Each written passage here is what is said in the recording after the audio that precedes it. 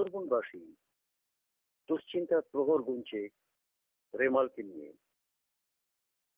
আজই রেমাল তার তীব্র ঝড় এবং প্রবল বৃষ্টিকে নিয়ে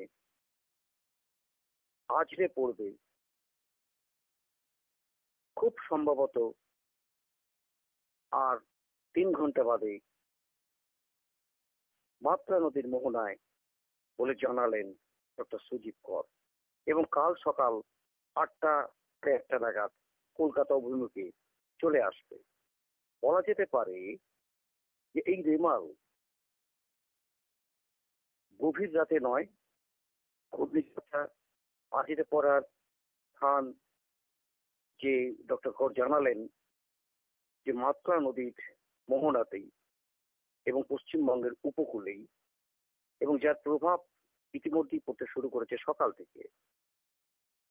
কুলতলি কাকদ্বীপ সকাল থেকে বিক্ষিপ্ত বৃষ্টি হয়েছে, এবং দক্ষিণ 24 পরগনার সমস্ত উপকূল অঞ্চলেতেই প্রচন্ড বেগে ঝোড়ো হাওয়া, সেই সঙ্গে বৃষ্টি চলছে, এবং এই ঝোড়ো হাওয়ার গতি আরো বাড়বে। তিনি জানালেন প্রায় 100 থেকে 120 কিলোমিটার, এবং সারাদিন সারা রাত ধরেই চলবে।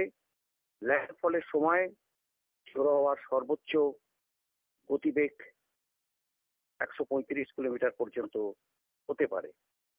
সুতরাং দুর্যোগের আশঙ্কা সুন্দরবনবাসীর কাছে, এবং ক্ষয়ক্ষতির আশঙ্কাও রয়েছে এই উপকূলবর্তী দক্ষিণবঙ্গের সুন্দরবন মানুষের কাছে। তাই শুধু ঘূর্ণিঝড় পড়াই নয়, সেই সঙ্গে অতি ভারী বৃষ্টি দুই জেলাতে থাকবে, উত্তর এবং দক্ষিণ 24 পরগনা, এবং সেটা প্রায় 24 ঘন্টায় 200 মিলিমিটারের মতো, এবং ঝড়ের গতিও থাকবে 120 কিলোমিটার পর্যন্ত।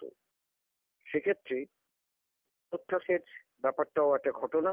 উপকূলবর্তী এলাকায় জলোচ্ছ্বাস প্রায় 5 মিটারের মতো জলোচ্ছ্বাস দাঁড়াবে রাত্রিবেলায় 10টার পর থেকে 12টা পর্যন্ত। তাই সতর্কতা একেবারেই শেষ সীমানায়, দেওয়ালে পিঠ থেকে গেছে সুন্দরবনবাসীর। সুতরাং দুশ্চিন্তার প্রহর ক্রমশ যেন আরো বেশি মনে করিয়ে দিচ্ছে সম্প্রতি আমফান এবং ইয়াসের ঘটনাকে, যাদের ঘা এখনো পর্যন্ত সুন্দরবনবাসীর শুকোয়নি।